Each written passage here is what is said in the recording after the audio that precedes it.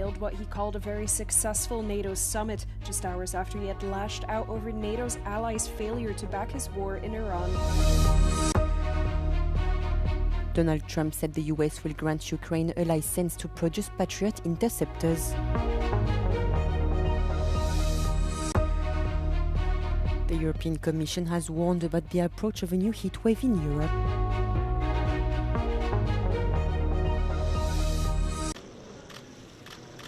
In a turn of events, US President Donald Trump hailed what he called a very successful summit. He also applauded NATO member states. It comes as just earlier in the day Trump lashed out over NATO's allies' failure to back his war in Iran. Trump also threatened to cut trade with Spain and insisted he still wants NATO member Denmark's territory of Greenland. Superstars, actually. But we want to thank you very much. We've had a tremendous time and I think a great success. And we just concluded, and it's a lot of speeches. We kept it short, but it's too bad the press couldn't have seen what we were doing in that room, because it was very smart people, and they have a lot of good in their heart, not evil, good. Behind closed doors, however, Trump had reassured his counterparts he wanted the US to stay in the military alliance, according to a source inside the session. NATO chief Mark Rutte insisted that despite the disagreements, the alliance was emerging stronger from the summit in Turkey, with allies unveiling tens of billions in new arms contracts.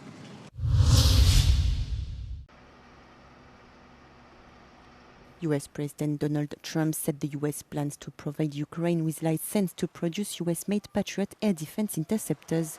Trump was speaking alongside Ukrainian President Volodymyr Zelensky at the NATO summit in Ankara. Kiev has repeatedly requested these long-range air defense missiles to protect its cities and energy grid from Russian strikes. We'll show them how to do it. It's very complex, actually, but you'll figure out the complexity quickly. And we're talking about that, and the company that makes them, which is building now 4 plants, all of our companies, will be able to do this in 2 to 3 months. If you order a Patriot, now you have to wait a long time. Trump said the idea of licensed production in Ukraine will deflect criticism that Washington is not supplying enough high-end air defense systems. We're going to give a license to you to make Patriots. That's pretty cool, right? This way you can't complain that we're not giving them enough. I say, make them yourself. We haven't informed the company of that yet, but that'll work out all right. I'm sure they'll be thrilled. Patriots are manufactured in the US by Raytheon and Lockheed Martin, but the US and Israel's war on Iran has depleted almost a third of the global stockpile of Patriot interceptors. Responding to renewed comments from US President Donald Trump suggesting that Greenland should be under Washington's control, Danish Prime Minister Mette Frederiksen reminded him that the Danish territory is not for sale. Speaking to reporters at the NATO summit taking place in Turkey, Frederiksen said she believed the US position on the matter had become increasingly explicit. The US position is unfortunately very clear on this topic, and our position is as clear as it has been all through. Greenland is of course not for sale. Frederiksen also said Denmark and Greenland expected their allies to respect the island's future as well as the country's territorial integrity and sovereignty. Trump has repeatedly made similar claims on Greenland, an autonomous territory of the Kingdom of Denmark, while arguing that Denmark underinvests in the region and threatening a total troop withdrawal from Europe.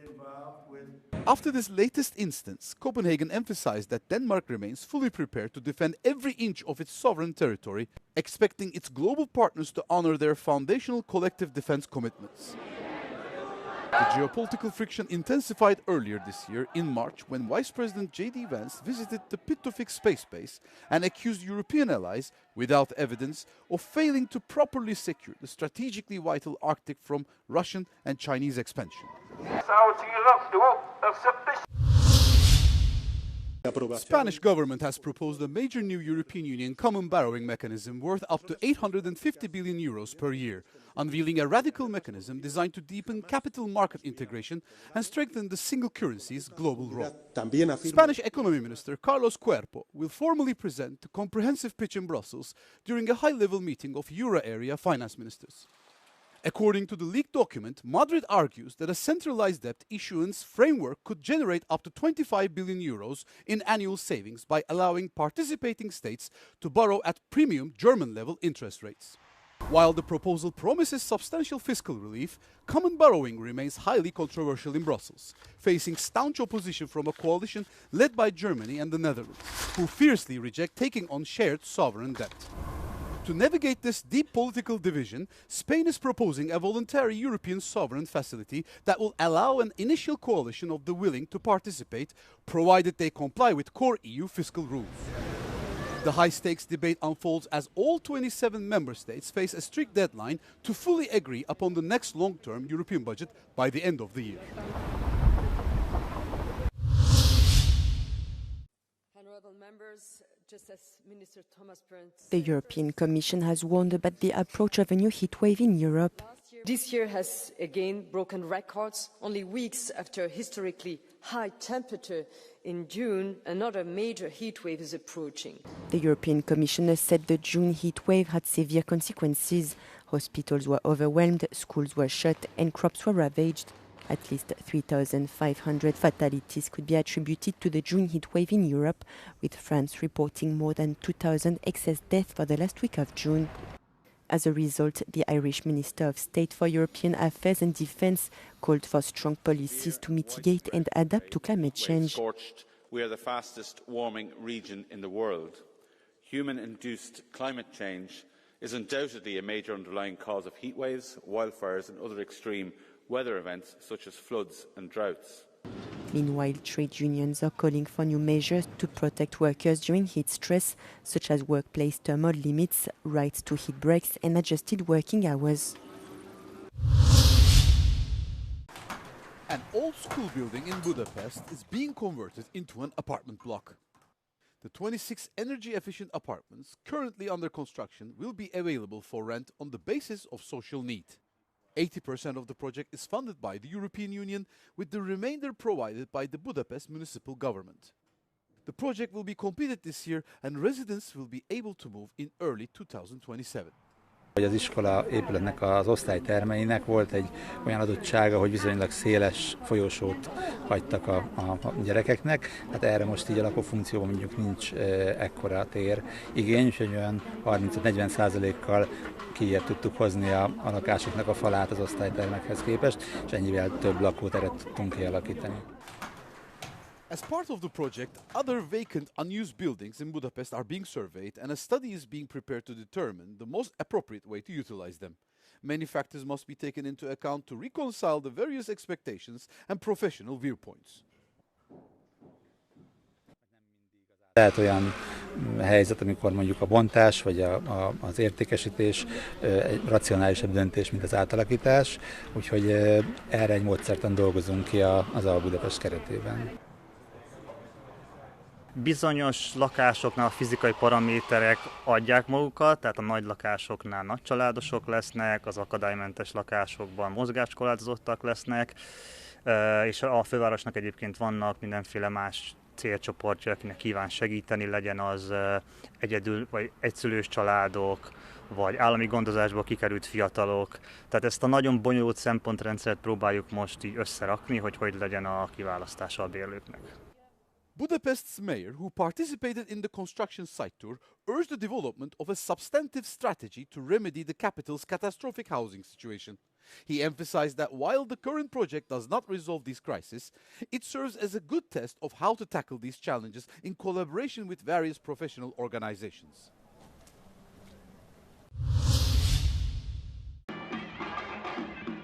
As conflicts deepen and religious tensions continue to divide societies, Uzbekistan is bringing together scholars and religious leaders from across the world to argue that education, science and dialogue remain among the strongest responses to extremism, intolerance and Islamophobia. More than 450 participants from over 50 countries gathered for the first International Forum of Islamic Civilization. In a message delivered to participants on his behalf, President Shavkat Mirziyoyev said knowledge, culture and international cooperation are essential to strengthening peace and mutual understanding in an increasingly fragmented world. Forumning asosiy maqsadi bevosita bugungi kunda turli g'oyalar, turli qarashlar o'zaro kurashayotgan bir paytda islom dinining ma'rifatparvarlik g'oyalarini yana bir bor baralla ko'rsatishdan iborat. Islom bugungi kunda ham umuman har doim insoniyatni ezgulikka, yaxshilikka, ilm ma'rifatga da'vat etib kelgan va shunday bo'lib qoladi. Speakers said the forum seeks to challenge misconceptions about Islam by highlighting centuries of scientific and intellectual achievement. AI